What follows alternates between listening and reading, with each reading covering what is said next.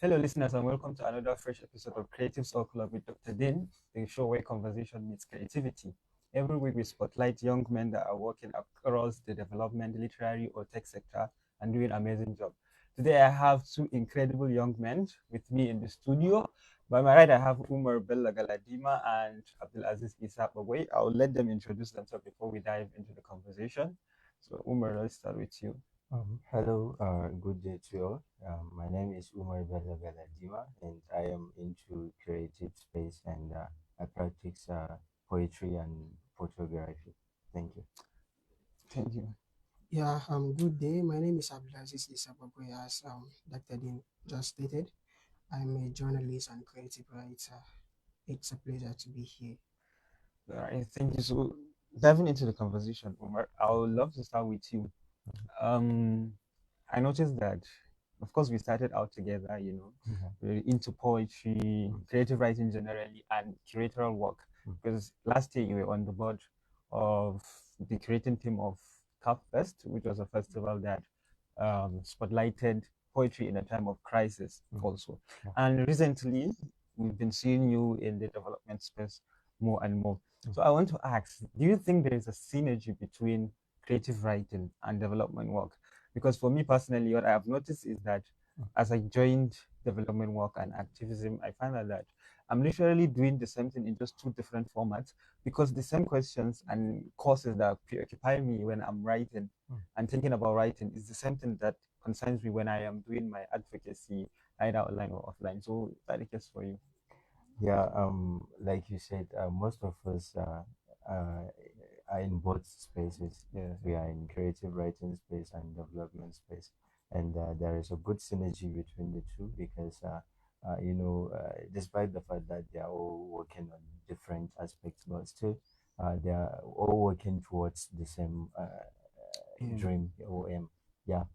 It's only that maybe when you're a writer, you're writing, you're expressing your views, or you're trying to highlight or say something about a particular problem so that the world will know. And when you're into development space, you put that into practical, into action. Maybe you write something, and I will come and put it into work. I will go there and mingle with the common society and put that thing that you wrote into action. So there is a good synergy between the two spaces, and that's why you even find people that are in both spaces more common, especially in Kano State. So there should be no fear of losing Umar Bello Galadima to the development space Yeah, I entirely. don't think I would be particularly inclined to one more space. So, yeah, Specifically, yeah, the that's two it. can work, but they are Yes. not mutually exclusive.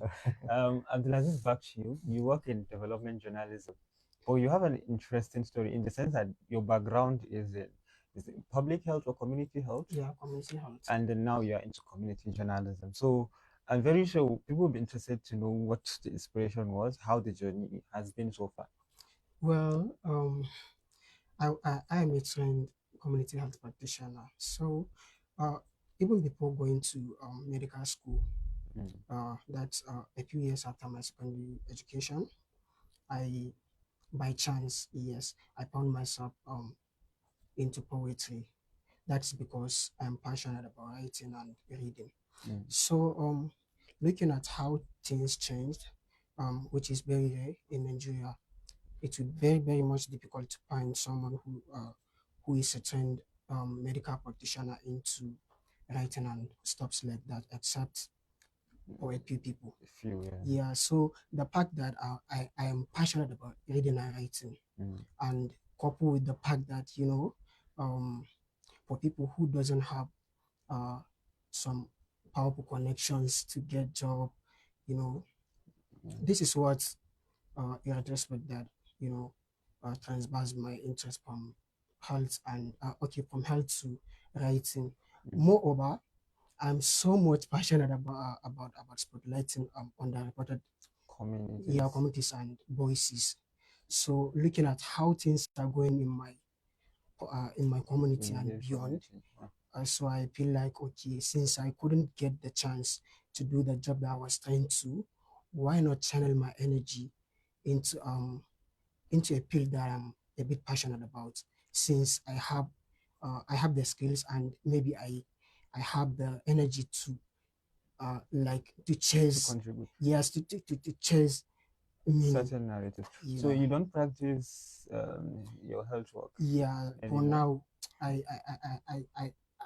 literally don't So practice you're it. a full-time journalist. Yes, I am. That is interesting. Umar, back to you. All right. Before I ask the next question, I want to give a brief context. So you work across different creative mediums. You are an absolutely great photographer, which is very creative, and you also do creative writing and some other form of works. So I want to ask the dominant question now, the million-dollar question of AI.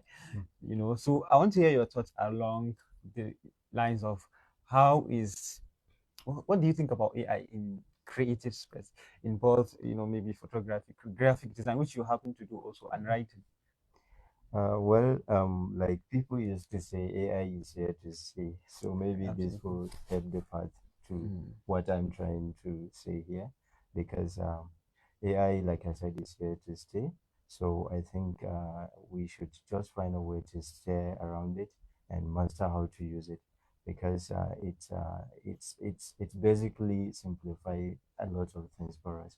Like before, I'm very sure you're also a witness here mm. when we used to write poems and stuff like that. Right. Maybe you send your poem to someone for edition and corrections and what have you, and Mm. then it will take them maybe a week before they ever They reply your respond. message, and then before they edit your poem or any piece of writing, it will take some uh, amount of time before they do that. Mhm. So maybe you feel discouraged and you feel like you're failing at writing, because some people even try and say something directly that will get you down. Maybe someone will say that you're writing with too much cliche or any kind of things that might get you down. So with the emergence of AI, it has reduced such kind of things. Like I said, it has encouraged a lot of people to when you just write your own idea, you just get it there, and using the good prompt, you will tell it to edit the grammar. This is in the field that you write your own idea. I mean, it's your own idea, it's your own creation, not that you just order the AI to write it for you. No, yeah. So like I said, we just have to find our way around it and master it. And then for photography and graphic design, lately this day I've seen a post about how boring the AI graphic And design is. uninteresting they look. Yeah, Yes, yes. yeah. Basically, it's so uninteresting because there are a lot of people in the fields of graphic design. They spent a lot. They spent years and resources learning such kind of creativity, and just all of a sudden AI came out and everyone is a graphic designer, which is a very boring thing to the graphic designers. Mm. And one thing is that there's no way that these AI creations will beat the human creations. Creativity. Yeah, I don't think it will, because even by mere looking, you understand that this one is just a combination of some rubbish and some nonsense prompts or what I can. Sorry if I didn't. So Yeah. like I said, we just have to master. We just have to stay our way around, and we will get it. That's it. That's interesting. Abdulaziz, you've been recently ranting about AI and how the threat it's posing and how just it's making people over reliant and lazy. So I wanted to talk on the question, but also I want you to speak about the integration of AI into your work, maybe as a journalist, because I don't think it poses as much danger as it does to literary writing compared to journalism, which might even be, for the good. What do you think? Well, as a journalist, Mm, uh, when AI literally emerged that big, I would say mm, last year, most recently, I have also started using it in my work. That was when I was working with editors that wasn't that exposed to the tool. But mm. then going forward, freelancing with uh, Bigger. newsrooms, yes, here and there, Mm, whose editors are well equipped with the tool, I mm, started learning that Once I use the tool to like edit or clarify a few points, they will outrightly caught me red-handed. Mm, That is to say, the advice on how to use it. mm, And then going forward, when I started sending pitches to international publications, mm, yeah, I entirely got a different mindset, because what those editors do is that once they use AI checkers mm, to over pitches. Once you send out a pitch, they will- before they even started reading it, they would simply place it on AI yeah, check. checking 2 years Mm, to know that whether you use AI in the process of writing the the pitch. page. Yes, once the tool show that you have used AI, it's a clear rejection. They won't even apply you. So the reason why I have been ranting about the over reliance on the tool is that, Yeah.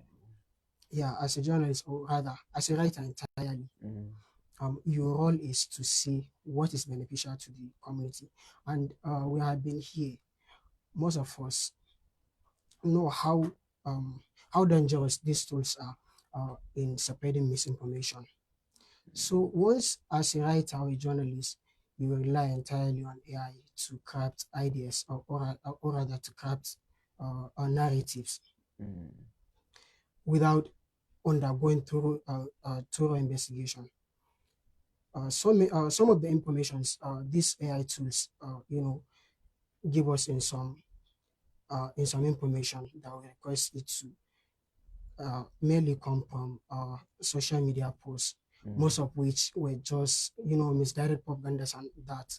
So you might have a large number of when a context require numbers, you get numbers that weren't truly checked, mm. and so unknowingly you are also spreading misinformation, which in turn will harm the community.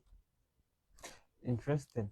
Another thing that I want us to talk about is that when I see young people like you, I see the reflection of the best of our generation: resilient, brilliant, industrious, hardworking, in spite of systemic failures and institutional decay in Nigeria. We are still pushing, we are still doing our best. I think we're the greatest asset of the country. But at the same time, when you come online, you see some youths engaging in spreading misinformation, hate speech, becoming tools in the hands of politicians that do not care about their future, and even offline, you see youths engaging in a lot of things that, you know, as a society should make us sit down and question how we are building a society. So I am just thinking, like, what is the root of this problem? What, because the numbers of people that are doing this negative work far outweighs the number of those that are doing good. So it is a danger to the society. As people who are concerned with youth development, what do you think is the problem, and how do you think we can tackle it at whatever level of the society? Okay. Well, I can say that the problem is we run away from the problem in the first place. Mm, Like you said, people like us, I and Abdulaziz, mm, we come from a rural area, which we still live there, and we are contributing towards the development of that particular place.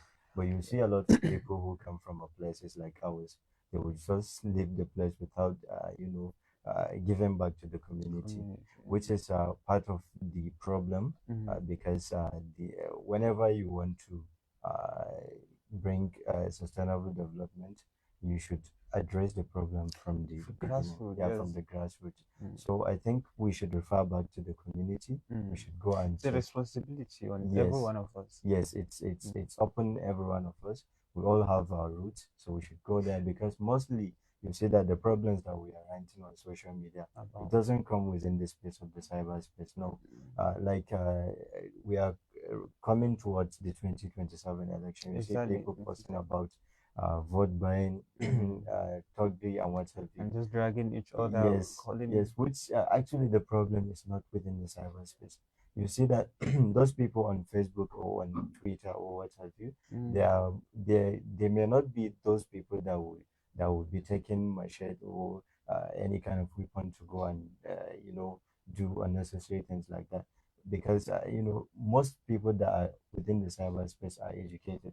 So we Mm. should go there to the grassroots and check out what's the problem, and then analyze and do what is needful to see that we rectify the Bring the much problem. needed. Exactly. And Mm. I find it very interesting that you mentioned the fact that both you and Abdul Aziz are resident, in Okwe, and Yeah. you're doing meaningful work there. In a society that is no longer even talking about rural urban migration, because now the narrative is Japa, everyone wants to just leave the Yeah, country, for someone to stay in his immediate environment and doing, I think that is very commendable. So I commend you both for the work that you do. But I also wanted to speak about accountability, because yes, of course, everyone shares a role. You are doing this individually, but what are the leaders doing? What are local government chairmen doing? And as long as sustainable change is needed at the grassroots, also accountability in government is also quite needed. Yeah. Right? Although I don't quite understand directly what you're trying to say, Mm, but maybe I can share something based on this. The problem is sometimes when you're into development space or any kind of space, you see that you may not get the support that you need, even mm, from your immediate family or people around you. So I can say that for people like us who are from rural areas, mm, we grapple with a lot of challenges like this. mm, Those community leaders or politicians or what have you, mm. they hate to see us there because they feel like we are the ones who understand that they are on the wrong path, Yes, yes. and we are trying to advocate for uh, Change. yeah, for change. So Exactly. if there is any way that they will expel us from the city, from the village, they will do They will so, do so. because it's a living scenario that we have done a lot of things. It's You take your proposal or anything to them, and they will directly reject it because they know that it will impact people, and they don't want people to wake up. So I don't know if the question is in line with Yeah, the it answer does. that. That is what I'm trying to, ask and see as a civil actor. How do you, collaborate, advise, hold the government to account? But you've spoken to that since you give us the challenges. But we have to understand, our leaders have to understand that the civil society is more, an office of the citizen. Yeah. It's a citizenship office. It's something that they should collaborate together with, because we give them advice, we consult for them. It's not a challenge most of the times. Yes. It's just actually helping them to Mm. do their work. Yes, it's part of It's the if government. only they will listen. Mm. Abdul Aziz, so what has been your own experience with community mobilization, accountability? You know, yeah. So I don't think it's a different experience it's from from him. Umar's, yes, but there were scenarios that I would say he wasn't part of. Uh, there was this time, I was Mm, literally working on a story in a certain community under our local government. So I wanted to speak to the then chairman. So I asked for letter of consent from the consent. newsroom I was doing the story for. Mm, So uh, you know how Nigeria works. exactly. Even an access to a counselor, you need a connection Exactly. at some point. Yeah, so I have a few friends who work with the chairman. Our So own representatives. yeah, yeah. So I consulted a friend who participated an access. Um, So when I reached the office, mm, he was literally expecting me to be uh, that type of people who usually went for a certain for the whole. yes, yes. So and he saw that I was a different. I had a different request. Mm, I sketched out my plan and the reason why I there. was at his office. Mm, So what he told me wasn't really expressible. So it was a shock, literally. He left me wondering, was he really a representative of the of the people. community? Exactly. Yes, yes. I was. It took me, about week before I responded to the editor, who was entirely on Waiting. my head, Mm, asking for the report. So I would say, uh, the experience, wasn't entirely tied to Ogo. It's all over the it country. is. It Okay. Yeah, is. so I would say for young people who are doing things like this and even beyond, Mm, uh, they should stay steadfast and keep pushing.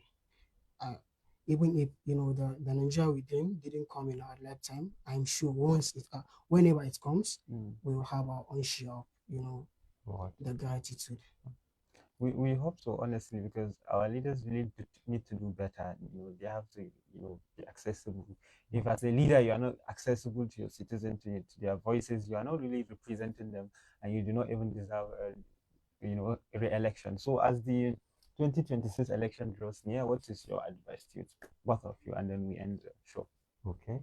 My advice to youth is we should exercise patience, and we should know that this is a civic duty to all of us. It is mandatory upon us to exercise those rights that were given upon us. Because if you did not vote, then you don't have the excuse to come out and run for the next 4 years. So this Absolutely. is the time, and I hope that we will have a peaceful election. Thank you. Yeah, Something so like this? for me, I would say we shouldn't prioritize short-term Goals yes, over. short-term goals and commendation over long-term. Before whoever we intend to vote, we should make sure that he has a plan for what to lie ahead. Mm. Yeah, this is my contribution. Thank you so much for honoring our invitation. It has been an interesting conversation. Do follow them on socials. They are doing great work. Thank you.